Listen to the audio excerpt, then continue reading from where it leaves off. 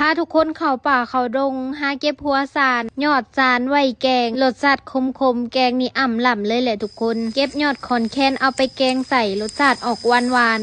มาทุกคนน้องหลาสิพาเข้าป่ามื้อนี้สบายดีสวัสดีพ่อแม่พี่น้องเบิดสุคนมีน้องหลาพาทุกคนเข้าป่าเข้าดงมีไผหูจักบ่ทุกคนว่ากกที่น้องหลาจับอยู่นี่คือกกหยังมันคือกกสารเด้อทุกคนกกสารกับกกหวายรสชาติมันสิคือกันเลยมื้อนี้สิพาทุกคนจีกสารหรือว่าปาดเอายอดสารหั่นแหละทุกคนน้องหลาก็บ่ฮู้ว่าสิห้องยอดหรือสิห้องหัวดีเพราะว่าก็เอาทั้งยอดแล้วก็ทั้งหัวปาดลงไปเลยนะทุกคนแล้วก็สิได้อ่อนๆขาวๆแบบนี้เลยแหละทุกคนอันนี้ก็เป็นครั้งแรกของข่อยคือกันเด้อที่ได้เข้าป่าเข้าดงหาเก็บสารเพราะว่าปกติก็สิบ่ได้หาเก็บพอมันบ่มีทุกคนอันนี้สิเป็นสวนเพิ่นมันก็เลยมีคันอยู่ป่าอยู่ดงนี่คนก็คือสิเอาเบิดแหละทุกคนคือสิบ่ปล่อยให้มันยังแบบนี้ดอกอันนี้มันเป็นสวนทุกคนเพิ่นห่วงไว้เพิ่นก็เลยพอได้เก็บอยู่มื้อนี้น้องหลักก็เลยถืออาสามาเก็บยอดสารหรือว่าหัวสารให้ทุกคนได้เบิ่งได้ส้มนำกันบ่ฮู้ว่าทุกคนนี่เบิ่งยอดสารหรือเบิ่งอย่างอื่นหรือสิเบิ่งคนงามที่นั่งเก็บสารอยู่นี่ก็บ่ฮู้คือกันหลังจากที่เฮาเก็บได้เฮาก็สิได้ประมาณนี้แหละทุกคนก็คล้ายๆกันกับวายเลยวายตัวที่มันน้อยๆหั่นทุกคนปอกออกมาก็สิได้เป็นแบบนี้แต่ถ้าวายใหญ่ค่ะปอกมันสิบ่ได้แบบนี้ได้ทุกคนเฮาก็สิเอามีดจิ้มลงแล้วก็ปาดให้มันขาดนะทุกคนแล้วก็หักปอกยอดอ่อนๆมันก็สิขึ้นมาแบบนี้เลยมีไผเคยกินอยู่บ่ทุกคนไผบ่เคยกินนี่เอาไปลองเด้อเบิ่งใบมันในคลิปน้องหลาแล้วก็เอาไปลองเลยน้องหลารับรองเลยว่าแซ่บทุกคนบ่ผิดหวังแน่นอนเสือน้องหลาเลยมื้อนี้เฮาก็เก็บสารเก็บกันหลายคนเลยทุกคนเอ่ยน้องหลาบ่เคยเก็บเพิ่นก็สิมาสอนน้องหลาเก็บกะจนเป็นผู้แหละจุนเจ้าที่เฮาบ่เป็นก็เพราะว่าในบ้านเฮามันบ่มีทุกคนมันดับแนวเบิดแหละขนาดวายมันยังบ่เหลือเลยขยืนสิมีสารคันมีสารนี่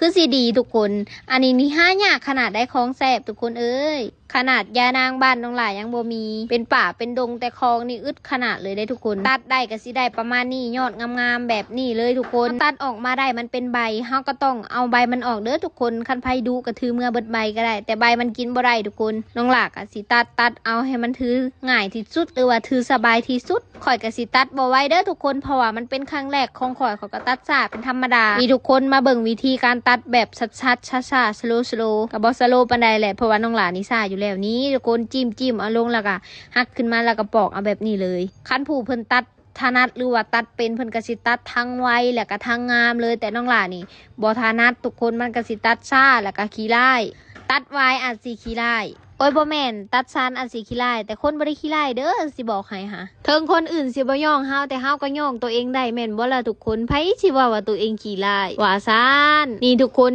วิธีตัดนี่น้องหลานี่เฮ็ดให้เบิ่ง 3-4 รอบเลยทุกคนก็คือสิน่าสิฮู้แหละเนาะตัวเองก็บ่ได้เป็นขนาดนั้นดอกแต่อยากสอนให้ทุกคนที่เบิ่งนี่เอาไปตัดตามนะทุกคนเพื่อว่าทางบ้านผู้ใดมีก็เอาไปตัดรถทุกคนเอาไปแกงใส่พวกกระดูกพวกซีนนี่ทุกคนแซ่บมันสิออกรสชาติคมๆก็บ่แตกต่างหยังกับวายหั่นแหละหลายๆคนก็คือสิน่าเคยกินอยู่ดอกสำหรับผู้ที่มักกินคมเพิ่นก็สิว่าแซ่บโดยเฉพาะน้องหลาเพราะว่าน้องหลาเป็นคนมักกินคมทุกคนบ่ว่าสิเป็นหมากหะหมากเล็มไหม้ว่าสิแนวคมๆนี่น้องหลากินได้เบิดหมากเล็มไหม้ภาษาไทยเพิ่นก็สิเว้าประมาณว่าหมากลิ้นฟ้านี่แหละคันน้องหลาสิบ่จื้อผิดได้นี่ทุกคนป่าบริเวณที่น้องหลาหาก็สิงามแบบนี้เลยกกสารก็สิเลี่ยนๆออกตามต้นไม้ใหญ่ส่วนอันนี้เขาห้องว่ากกขอนแคนคันน้องหลาจื้อชื่อบ่ผิดได้ทุกคนเพราะว่าตอนที่เพิ่นเว้าคือประมาณว่าอันยอดคอนแคนประมาณนี้นะทุกคนยอดคอนแคนนี่เบิ่งเอาเด้อทุกคนผู้ใดที่บ่เคยกินน้องหลานี่เคยกินครั้งแรกเลยคันชานเคยกินดุถอดแต่ว่าเฮาบ่เคยตัดเองนะทุกคนแต่กกคอนแคนหรือว่ายอดคอนแคนนี่บ่เคยกินจักเถื่อว่าบ่เคยกินก็เคยกินเทื่อนึงทุกคนเพิ่นแกงให้กินก่อนสิมาเก็บนี่แหละก็แซ่บดีทุกคนรสชาติสิออกหวานๆเฮาหักเอายอดมันมาแล้วเฮาก็สิปอกแบบนี้มันสิปอกง่ายกว่าซานได้ซุมเจ้าและเวลาเฮาหักเอานี่มันก็สิเพิ่นเวลาปอกนี่ก็สิเพิ่นคือกันทุกคนมันก็แตกต่างกันไปซานมันสิเป็นรสชาติคมๆแต่นี่รสชาติหวานจุ่มเจ้าหวานแบบคือยอดอ้อยนี่ประมาณยอดอ้อยเลยแหละทุกคนน้องหลากะสิเลาะเก็บเอาทุกคนมันสิเป็นโกกสูงๆขึ้นมาแต่ใบมันก็บ่ได้แตกต่างจากใบซานแฮงได้มาทุกคนน้องหลากะสิลองปอกให้ทุกคนเบิ่งนี่ตัดยอดมันออกเด้อจุ่มเจ้าตัดยอดมันออกแล้วก็เอาใบมันหลีใบมันออกนะทุกคนแต่น้องหลานนี่ตัดสั่นเกินไปทุกคนเพราะว่ามันรุดมือไปนะนี่ทุกคนหลังจากนั้นเขาก็สิมาปอกลองเบิ่งนะมันก็เป็นครั้งแรกของข่อยคือกันแต่หลายๆคนเพิ่นก็บอกก็เคยกินอยู่2-3เทื่อทุกคนแต่บ่เคยมาเอาจักเทื่อมันมาเอากันจะ เดี๋ยวจะมาบอกนะเขาว่าแบบตัดใบมันประมาณนี้กินฮอตใบไม้เลยคุณเจ้าเอ้ยอยากกินหน่อไม้หรือกินใบไม้เลยเอ้าคุณเจ้า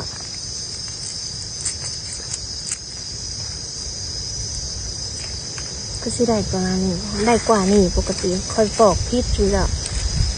น่าสิปอกมัน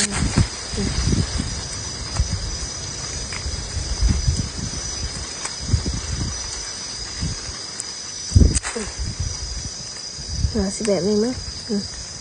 จะได้ประมาณนี้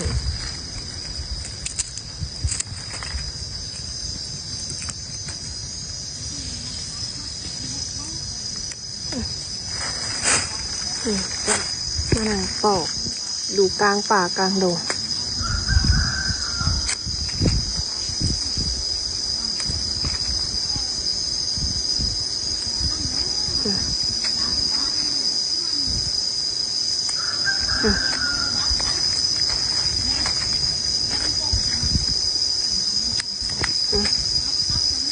นี่นะที่เขาต้องเอาแก่มาอย่างไรล่ะ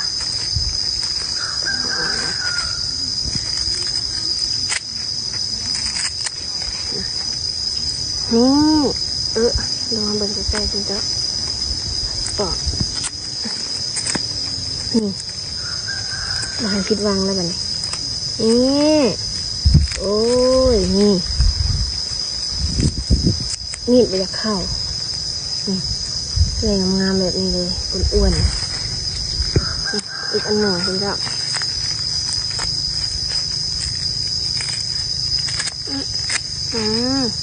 นี่ไทยคือใบเตยหอมเลย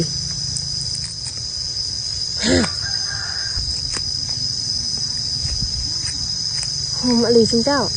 ใบมันหอมแบบคือใบเตยหอมเลยเดี๋ยวอีกก๊กหนึ่งก๊กสุดท้ายนะ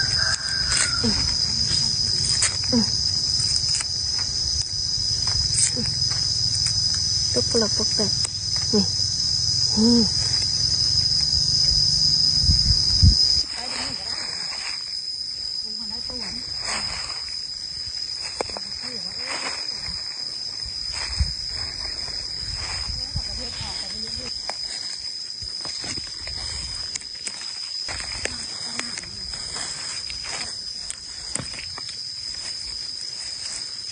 เมื่อคิดบอกว่าจะคิดมากเลยงามเลยคุณเจ้า